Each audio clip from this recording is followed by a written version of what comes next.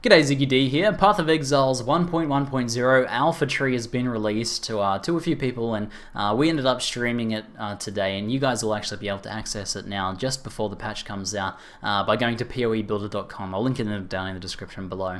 But I thought in this video we'll take a look at some of the major changes that you guys need to be aware of if you're planning on doing some builds in the new 4-month leagues, as well as some of the minor changes that I find pretty interesting about the tree. So let's just sort of start off by taking a macro look at some of the overall changes. So you can see these guys listed in the notepad here to my side, and I'll sort of scroll through this as we go so you guys can refer to it as we go. So first up, most elemental damage has increased across the board. Now just some really potent examples of that. Things like the shadow area has had the elemental damage doubled, same as the elemental damage here. Things like these guys have been increased to 8% instead of 6%. Same deal across these. So lots of elemental damage buffs. Even in the this Templar area, some of these have been buffed a little bit as well.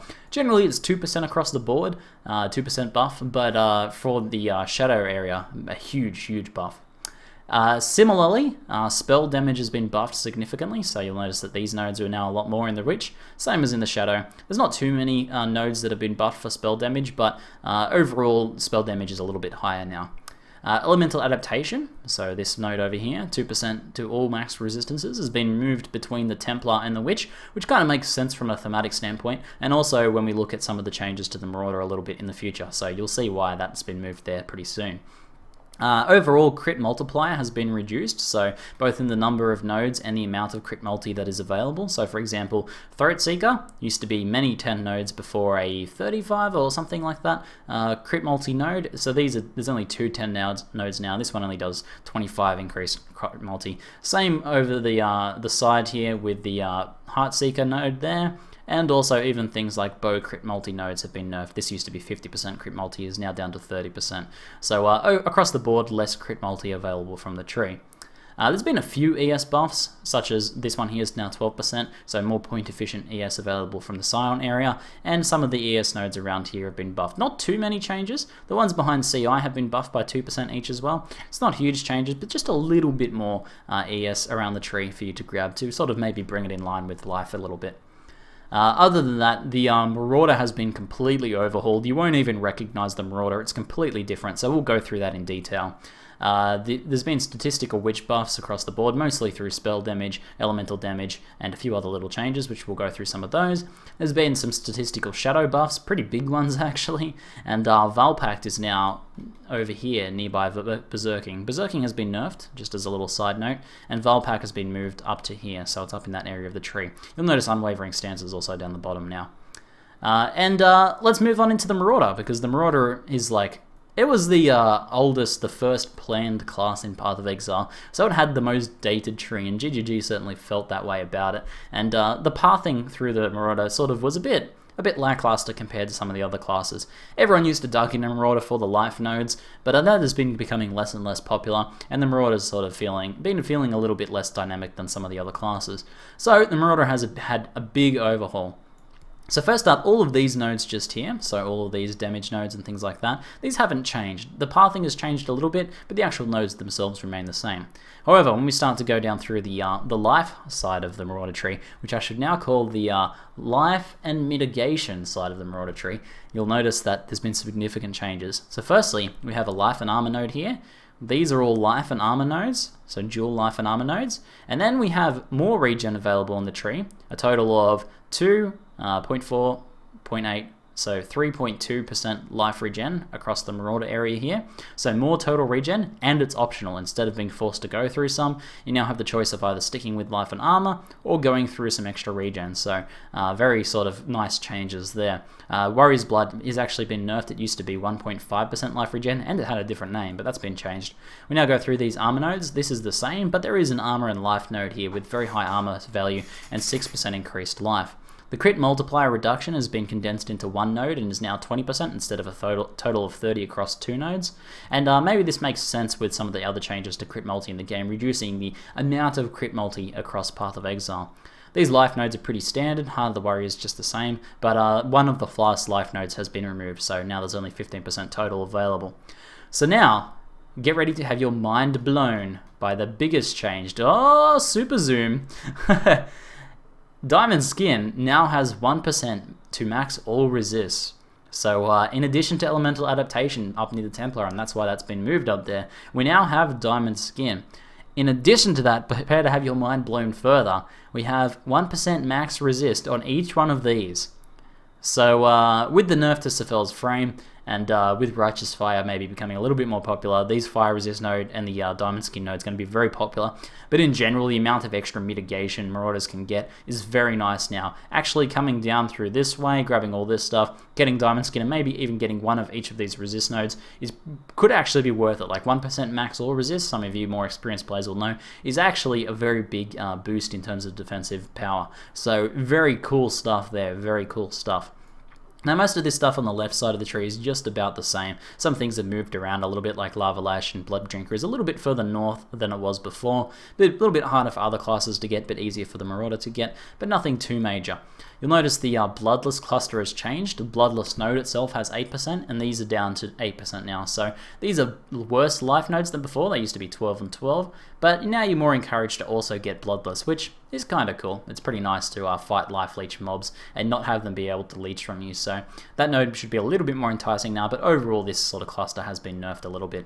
Now you'll notice that there's also these new clusters here, sort of condensing some of the previous ones. We've got By the Blade, which is fizz damage with axes and swords, and Blunt Instrument, which is fizz damage with staves and maces. So both of these are being combined. This one includes some life on the notable node here, and this one includes some armor on the notable node down there.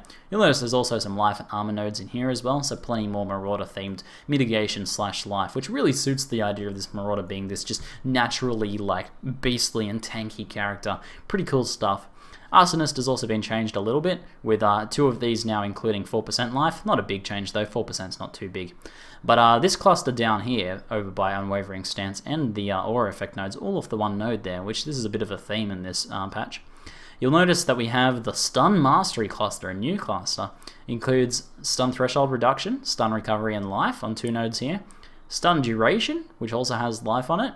And this one here, which is Stun Threshold Reduction, Stun Duration, and Block and Stun Recovery. Very cool cluster, I think. Any sort of stun builds will be able to take advantage of this, grabbing a bit of extra life along the way as well. It's really nice. You might not be getting the Stun Recovery nodes, but you'll probably get the 8% extra life from there, as well as the really nice Stun Mastery node itself.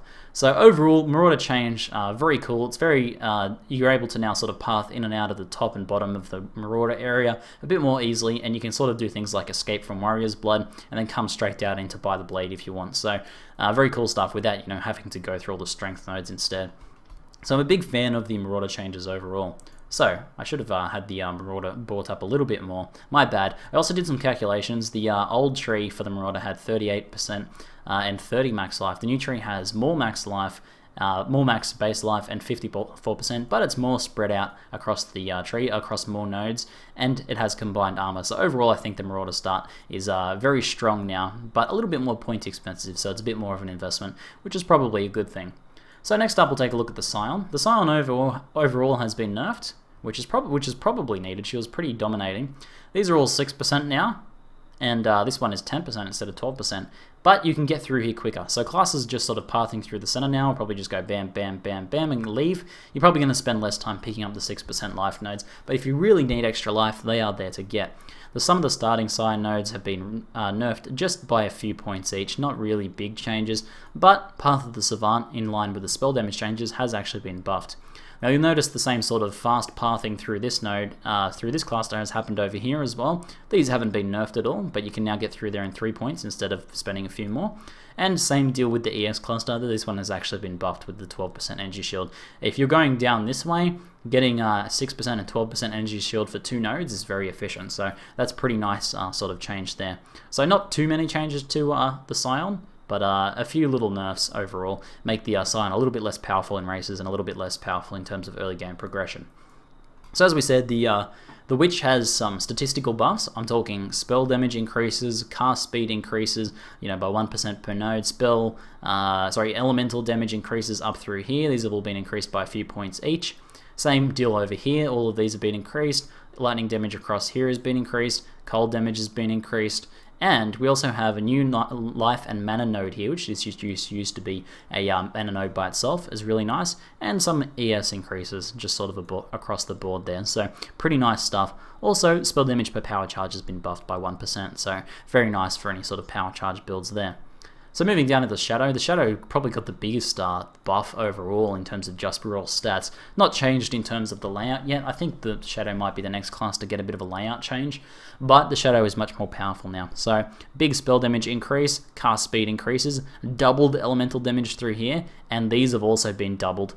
So 16% now instead of 18%, and increased elemental damages across the board there. These have also been increased. It's 20, 12%, and 12%, so much more powerful life cluster. And I believe haste has also been increased in its percent as well. So Shadow very powerful overall now. I think it's going to be a very popular choice for elemental attack-based builds, and so I'm talking like elemental crit spectral throw, maybe some like elemental lightning arrow and things like that. So maybe we'll see some more elemental bow builds. I certainly hope so. But also just for spell damages overall. So I think very nice changes to the Shadow, and you can see just these ones over here. So anyway, overall I think pretty good changes. There's quite a few little tiny changes around the board, but those are the main ones I think that'll impact your builds and maybe help you make a decision about what build you want to play in the new 4-month leagues. Anyway, hopefully you guys are looking forward to it. I know I am. Anyway, that's it for now. I'm ZiggyD, and thanks for watching.